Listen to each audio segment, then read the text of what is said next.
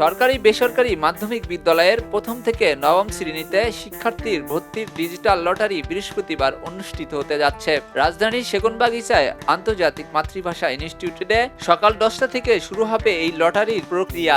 মাধ্যমিক ও উচ্চশিক্ষা অধিদপ্তর মাউশির পাঠানো এক চিঠিতে জানানো হয়েছে, লটারি শেষ হওয়ার পর প্রধান শিক্ষক, অভিভাবক ও শিক্ষার্থীরা অনলাইনে ফলাফল জানতে পারবেন। নির্ধারিত লিঙ্কে প্রবেশ করে আইডি ও পাসওয়ার্ড ব্যবহার করে ফলাফল ডাউনলোড করা যাবে।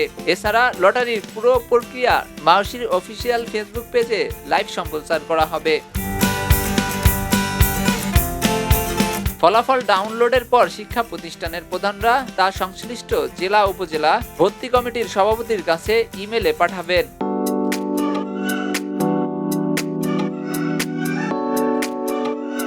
এবং ভর্তি কমিটি বৈঠক করে যথাযথ প্রক্রিয়ার নির্বাচিত শিক্ষার্থীদের ভর্তি নিশ্চিত করবেন।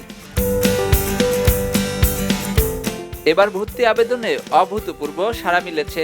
21শে নভেম্বর থেকে 5ই ডিসেম্বর বিকেল 5টা পর্যন্ত অনলাইনে আবেদনের অংশ নিয়েছে 10,56,054 জন শিক্ষার্থী।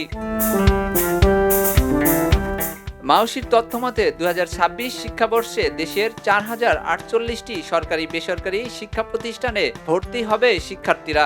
এর মধ্যে সরকারি স্কুল 688টি, বেসরকারি 3360টি। মোট শূন্য আসন 11,53,281টি। সরকারি স্কুলে শূন্য আসন 1,21,030টি, কিন্তু আবেদন করেছে 7,19,854 জন, অর্থাৎ প্রতি আসনের বিপরীতে প্রায় 6টি আবেদন জমা পড়েছে।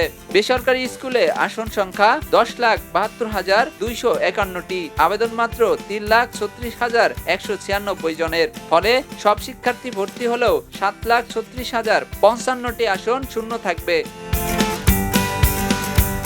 ডিজিটাল ব্যবস্থার মাধ্যমে স্বচ্ছ ও ন্যায্যভাবে ভর্তি প্রক্রিয়া সম্পন্ন করতেই এই আয়োজন, এমনটাই জানাচ্ছেন মাধ্যমিক ও উচ্চশিক্ষা অধিদপ্তর।